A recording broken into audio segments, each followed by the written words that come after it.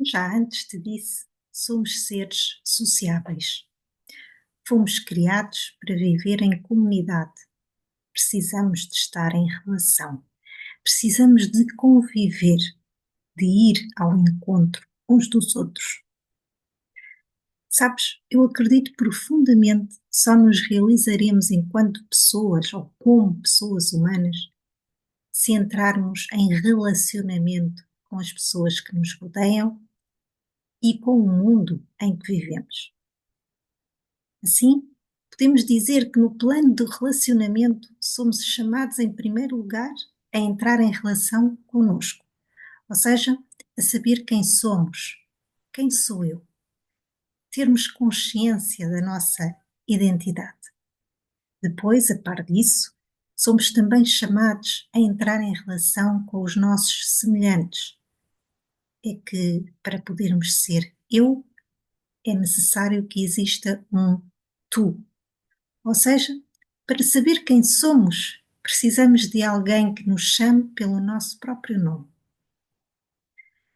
Depois, somos chamados a entrar em relação com o mundo, do qual fazemos parte integrante. Afinal, não somos ilhas. Vivemos inseridas ou inseridos no mundo. Como tal, acontecem muitas interações, muitas trocas. Influenciamos e somos influenciados. E por fim, mas não menos importante, somos chamados a relacionarmos-nos com Deus. Somos seres limitados que anseiam encontrar-se com Deus, embora alguns de nós não se apercebam dessa sede de relação com Deus. Alguns de nós nem sequer conseguem perceber essa fome, essa sede. E tu? Já sentiste esse chamamento? Como te relacionas com Deus?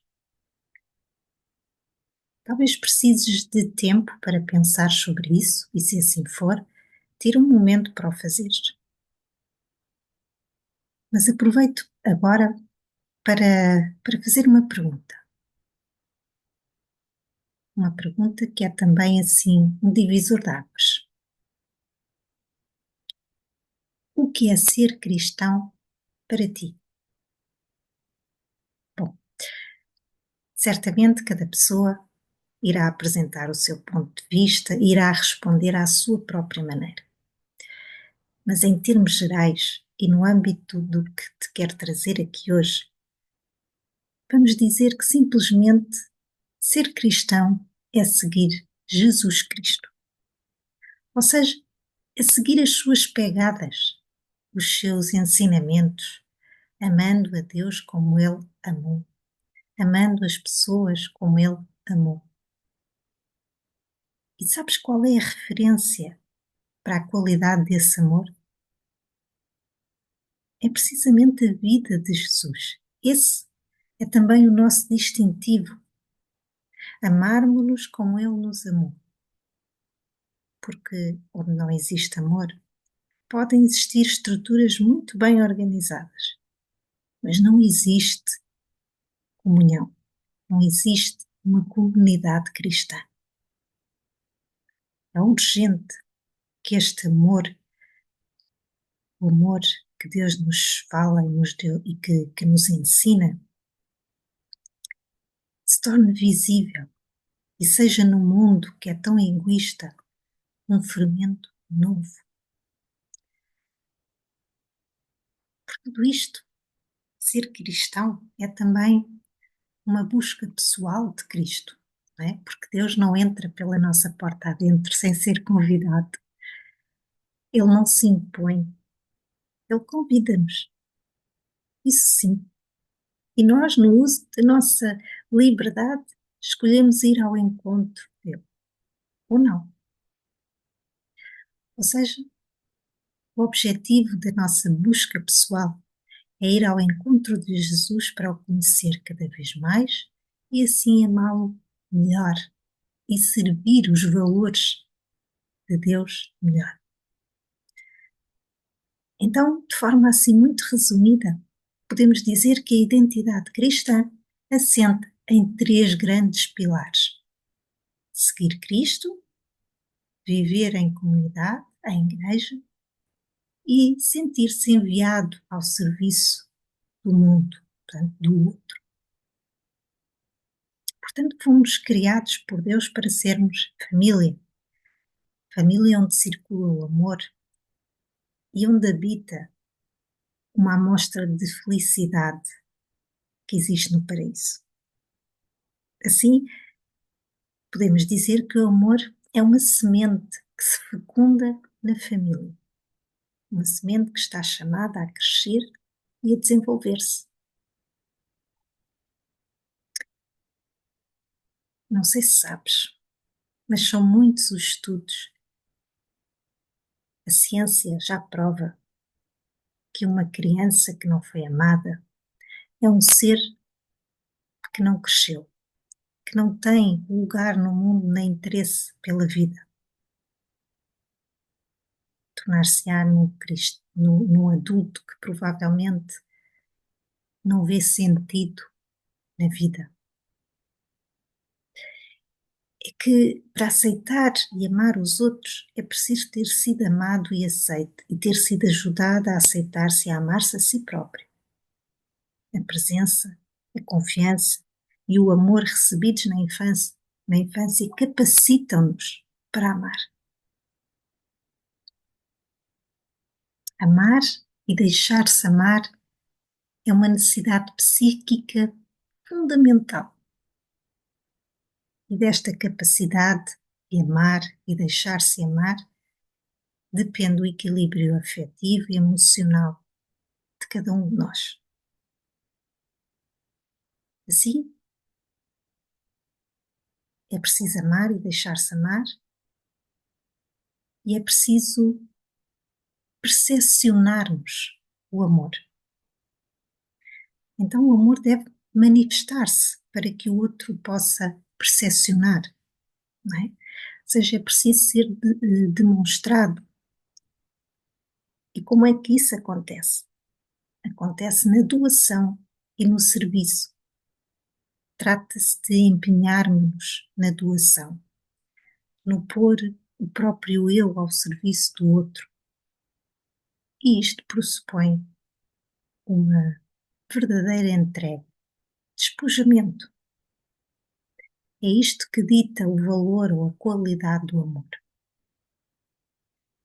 São as carícias, os carinhos, o sorriso, o olhar terno da mãe e do pai na primeira infância, mas são também o apoio, o elogio, os estímulos, os gestos, os pormenores, a voz acolhedora, o olhar, olhos nos olhos, o interesse pela pessoa, os afetos, os beijos, as vivências comuns. E é também a forma como estabelecemos limites, como corrigimos comportamentos, ensinamos cooperação.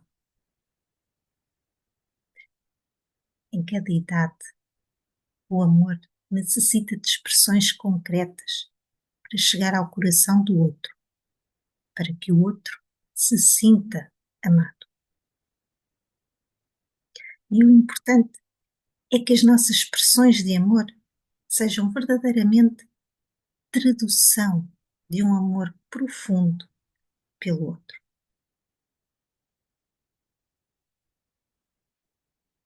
A casa do amor é a família. Podemos dizer que a família é como uma casa alicerçada num amor consistente como a rocha firme. Ou seja, podem vir ventos, podem vir tempestades, mas como o alicerce é a rocha firme, ou seja, é o amor adulto, maduro, abençoado por Deus, a casa, a família, permanece de pé. Pelo contrário, quando as famílias não estão alicerçadas num amor de qualidade, então, quando chegarem as dificuldades, os conflitos, os desafios, a família começa a desmoronar-se. Mas por que te estou a dizer tudo isto? Bom, porque hoje chegou o momento de te falar sobre parentalidade cristã. Afinal, o que é isto da parentalidade cristã? Digamos que a parentalidade cristã se refere ao papel dos pais como educadores e modelos de vida e de fé para os seus filhos, guiando-os de acordo com os princípios cristãos, os valores cristãos. Portanto, envolve uma responsabilidade espiritual, não é? De orientar as crianças no caminho de Deus, ensinando-lhes os tais valores cristãos, o amor a Jesus e a importância de viver uma vida de fé e de serviço. Podemos dizer que a parentalidade cristã tem alguns princípios fundamentais. Vou-te falar deles agora. Por exemplo, a parentalidade cristã, ser mãe, ser pai, vai além de prover as necessidades materiais e afetivas. Os pais têm a missão de ensinar os seus filhos sobre Deus e sobre os princípios da fé. Portanto, os pais são chamados a ser exemplos vivos de amor a Deus, de oração, de perdão, de humildade e de serviço. Até porque a fé deve ser transmitida desde a infância, para que as crianças cresçam firmes na fé e nos valores de Cristo. Portanto, este primeiro pilar fala de educação na fé e nos valores cristãos. Depois, um outro princípio é o amor incondicional. Não é? O amor de Deus é incondicional. E os pais são chamados a amar os seus filhos com o mesmo amor, da mesma forma. Isso significa aceitar os filhos como são, mesmo com as suas falhas. Mostrar-lhes que, assim como Deus os ama, os pais também estarão sempre ao lado deles. O amor incondicional reflete-se em paciência, em compreensão e apoio constante. Os pais não devem ser severos ou críticos de forma a prejudicar a autoestima ou o espírito dos filhos. O amor de Deus é a base da nossa relação com os nossos filhos. E essa relação deve ser marcada pela compreensão, pelo respeito, pela amorosidade, pela paciência. E aqui partimos para um terceiro princípio ou pilar, se quiser, que é a disciplina e correção. A disciplina é uma parte importante da parentalidade cristã, mas deve ser feita de maneira amorosa e cuidadosa, não com raiva ou com abuso, mas com o objetivo de corrigir para o bem. Os pais devem corrigir os seus filhos com o propósito de orientá-los no caminho certo, sem caírem na tentação de se tornarem excessivamente duros. Por isso, a disciplina cristã não é punitiva. Dizemos que é formativa, visa ensinar a virtude e a sabedoria. E isso também inclui o ensino sobre responsabilidade, respeito às autoridades e, claro, a forma de agir, não é? O nosso comportamento, ações com integridade. Um outro pilar, ou fundamento, ou princípio, é o exemplo pessoal. Os pais são modelos de comportamento para os filhos. A maneira como vivem a sua fé, como lidam com as dificuldades, como amam ao próximo, como praticam o perdão, influencia profundamente o desenvolvimento espiritual das crianças. Os pais devem ser o exemplo vivo de como seguir a Cristo. E isto aplica-se tanto ao comportamento dos pais no lar, não é? Nas nossas casas, dentro de casa, como fora delas. porque o que é ensinado verbalmente precisa de estar alinhado com as ações ou agir. Tem que haver uma coerência entre o que dizemos e o que fazemos. Um outro fundamento é a oração e a espiritualidade familiar. A oração em família é uma prática central na parentalidade cristã. Rezar juntos fortalece os laços familiares, promove a espiritualidade e ajuda a criar um ambiente onde Deus é o centro. Um outro pilar é o apoio e encorajamento. Os pais cristãos devem ser fontes de encorajamento para os seus filhos, oferecendo apoio emocional e espiritual, especialmente em momentos de dificuldades.